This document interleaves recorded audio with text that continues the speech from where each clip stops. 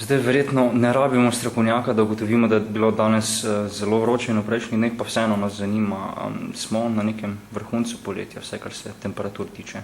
No, kar se temperatur tiče, danes skoraj da zagotovo najbolj vroč dan v tem poletju in verjetno najbolj vroč dan nasploh. Zdaj seveda ne v vseh krajih, moram reči, da povsod ne bo rekordno vroče danes, marsikje pa. Tako da, ja.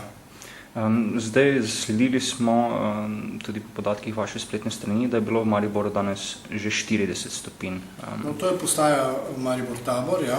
To je meteorološka postaja in lahko rečemo, ja, da se je, mislim, da dvignilo nekaj desetink nad 40 stopinj, kar je recimo za Maribor rekord. Zdaj ta vročinski val že nekaj časa traja.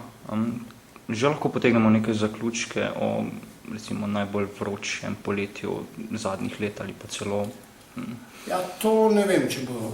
Namreč vedeti moramo, da v poletju, v meteorološko poletje se štejejo meseci junij, julij in avgust. Junij, veste, da je bil na začetku še razmeroma precej hladen, in pa tudi sedajle avgust, recimo, sedajle 8. avgust, recimo v soboto se bo ohladilo, bo hladneje in potem bo precej odvisno, kakšne bodo temperature do konca meseca, kajti vedeti moramo, da pa poletje leta 2004 je bilo pa izjemno. Bilo je izjemno veliko dni s temperaturo nad 30 stopinj, res pa je, da ni bilo takih ekstremov kot sedaj, tako da to bomo morali počakati do konca meseca. Kaj se nam zdaj obeta v prihodnjih dneh oziroma recimo do konca avgusta? V prihodnjih dneh predvsem ta ohladitev, jutri bi rekel, bo temperatura že nekoliko padla, vendar bodo še nad 30 stopinj. V noči popoldne nekaj neviht, zlasti pa v noči na soboto nekaj dežja v prehodu hladne fronte.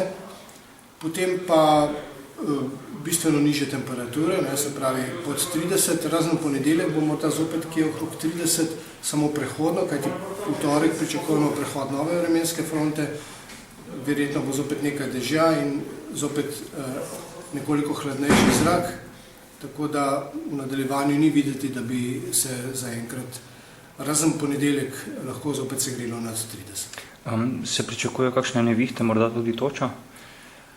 Ja, zdaj možnosti so, čeprav vam rekel, niso tako izrazite, kot bi človek mislil na prvi pogled, ker bo šlo za tako drastično temperaturno spremembo.